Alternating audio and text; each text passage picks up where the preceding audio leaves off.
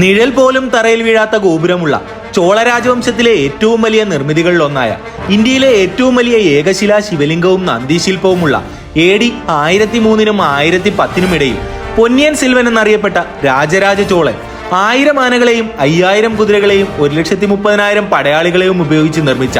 തഞ്ചൈ പെരിയ കോവിൽ അല്ലെങ്കിൽ രാജരാജേശ്വര ക്ഷേത്രം എന്നറിയപ്പെടുന്ന തമിഴ്നാട്ടിലെ കാവേരി നദിയുടെ തെക്കേക്കരയിൽ സ്ഥിതി ചെയ്യുന്ന തഞ്ചാവൂർ ബൃഹദീശ്വര ക്ഷേത്രം. കാർപ്പന്റർമാരോ ഡിസൈനർമാരോ എഞ്ചിനീയർമാരോ ഒന്നും തന്നെ ഇല്ലാതിരുന്ന ഒരു കാലത്ത് നിന്നും സിമന്റ് ഉപയോഗിക്കാതെ കല്ല് മാത്രം വെച്ച് പണിത 217 അടി നീളമുള്ള ഏഷ്യയിലെ തന്നെ ഏറ്റവും വലിയ രണ്ടാമത്തെ ക്ഷേത്ര ഗോപുരത്തിന് മുകളിൽ 81 ടൺ ഭാരമുള്ള മകുടം എങ്ങനെ കയറ്റി എന്നുള്ളത് ഇന്നും ഒരു ചോദ്യചിഹ്നം തന്നെയാണ്. വ്യത്യസ്ത കാലഘട്ടത്തെ ചൂണ്ടിക്കാണിക്കുന്ന തമിഴ് ലിപികളും ചുവർ ചിത്രങ്ങളുമൊക്കെ ഇവിടെ കാണാനാകും. നാട്യശാസ്ത്രത്തിന്റെ 108 നൃത്തഗണങ്ങളിൽ 81 എണ്ണം കൊത്തിവെച്ചിട്ടുള്ള ഇവിടുത്തെ ഇടനാഴിയുടെ ഭിത്തിയിൽ നിന്നുമാണ് തമിഴ്നാടിന്റെ ക്ലാസിക്കൽ നൃത്തമായ ഭരതനാട്യത്തിന്റെ